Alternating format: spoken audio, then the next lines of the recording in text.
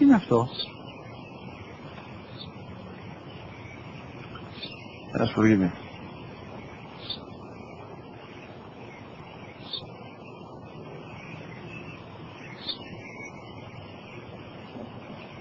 Τι είναι αυτό? Μόλις τώρα στο πω, πατέρα, σπουργίτη είναι.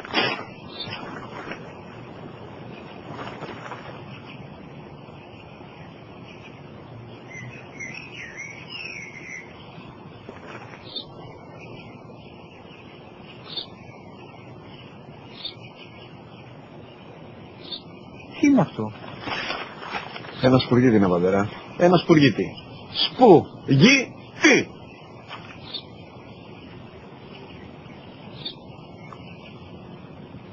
Τι είναι αυτό? Γιατί το κάνεις αυτό το πράγμα, μπορείς να πεις? Τόσες φορές σου είπα, είναι ένα σπουργίτη! Δεν το καταλαβαίνεις! Πού πας?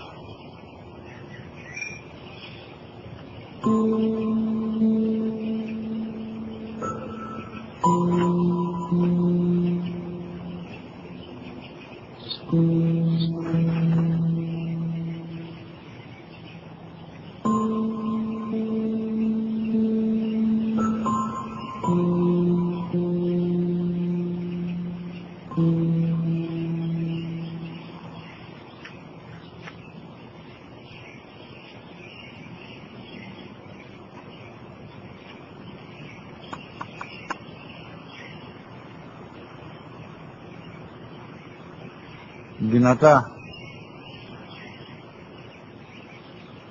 Σήμερα ο μικρός μου γιος που πριν λίγες μέρες έκλεισε τα 3 καθόταν μαζί μου έξω στο πάρκο όταν ένας σπουργίτη ήρθε και κάθισε απέναντί μας.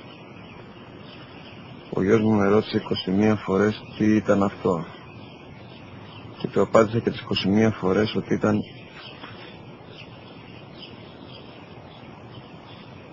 ένα σπουργίτη.